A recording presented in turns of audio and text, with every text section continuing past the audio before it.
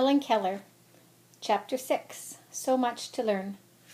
Helen wanted to know the names for everything she touched, and teacher gave them to her. Before the first day was over, Helen learned how to make 30 word shapes. Before the first month was over, she knew how to spell 100 words. From early morning until late at night, Helen spelled the words she knew. She spelled until her eyelids drooped and her fingers could hardly make the shapes. "You really should slow her down," a worried friend said, "or she will hurt her brain." Teacher just smiled. She knew that nothing could stop Helen now.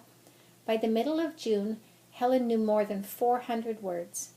But there was one important word she did not know. Helen was 7 years old now, but for more than 5 of those years she had been blind and deaf. During those 5 years, she had forgotten how to laugh. One day, teacher came bursting into Helen's room. She was laughing as hard as she could. She grabbed Helen's hand and held it to her upturned lips. L-A-U-G-H.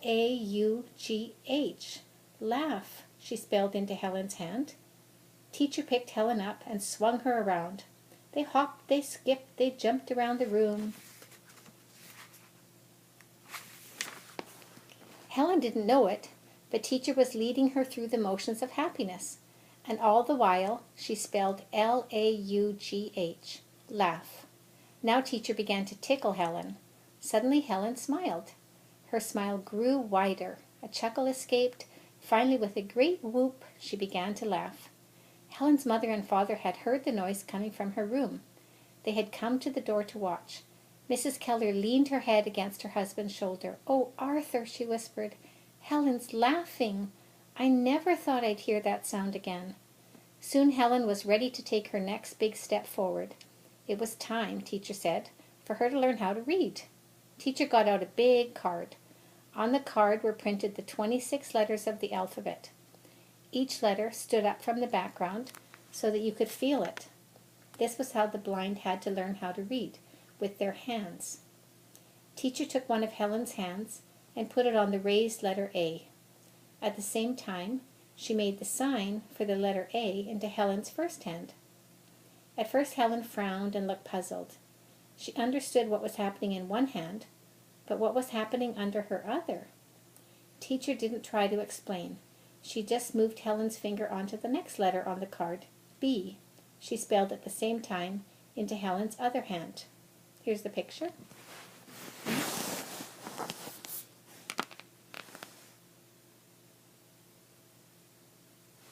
Okay.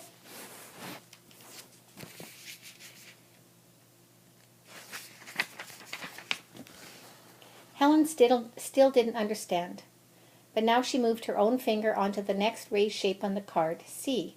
Teacher spelled quickly. Helen kept on going. Teacher kept right up with her. Then suddenly, between one letter and another, Helen stopped. She began to smile, for suddenly she understood. Before the day was over, Helen learned all the letters of the alphabet. She was ready to move on to her words. That night, a tired but happy Annie Sullivan sat down and wrote a letter. "Something tells me," she wrote, "that I am going to succeed beyond my wildest dreams." Helen and teacher did not spend all their time hunched over alphabet sheets and word cards. A long-eared rabbit wrinkling his nose, a smooth-shelled bug crawling across her palm, the smell of wild grapes, and the sweet tart taste of them too. There were so many lessons to be learned outside, lessons from life. Helen planted a seed in the newly plowed earth. A few days later, she felt a plant coming up in its place. She learned the names of the trees that grew on her father's land and how to tell them apart by touch. One hot day, Helen and teacher were coming home from a walk. They stopped under a tree to rest. "Would you like to climb the tree?" teacher asked. Helen nodded yes. So teacher helped her up. Then teacher had another idea. "It's so cool here," she spelled. "Why don't we eat lunch up in the tree? I'll go back to the house and make some sandwiches. You wait for me here."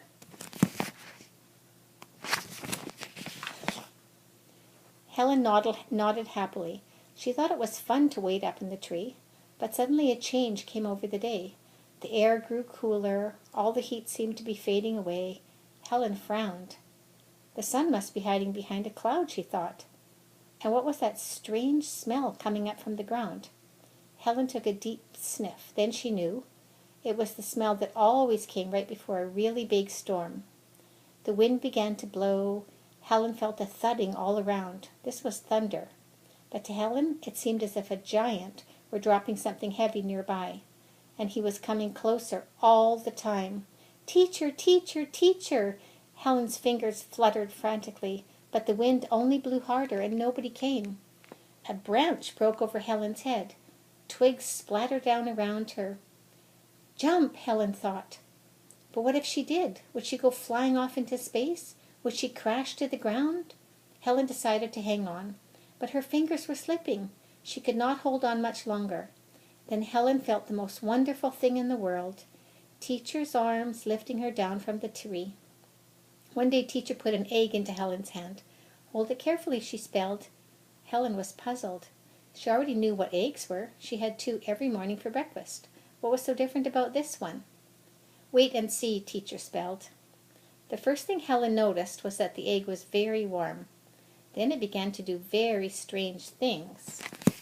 It began to quiver, to shake in her hand.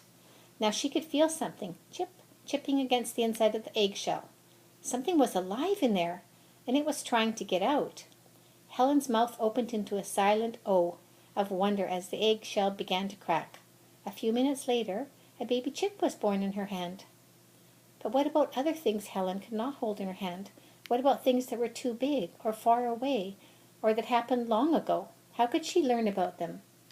Helen had to trust other people to tell her about the colors she would never see and the sounds she would never hear. And what about ideas, thoughts, with no shapes at all? Helen remembered all her life the first time she understood an idea. One day Teacher asked her a very hard question. Helen tried to think of the answer. She tried as hard as she could. Teacher leaned forward. She tapped Helen's forehead. "T-H-I-N-K," she spelled at the same time. "Think." And suddenly Helen knew. That's what's happening inside her head. She was thinking. Helen learned so many hard things that first summer, but she didn't know they were hard. To 7-year-old Helen Keller, it was simply a magic time, a time when the world came to life in her hand. The end of that chapter.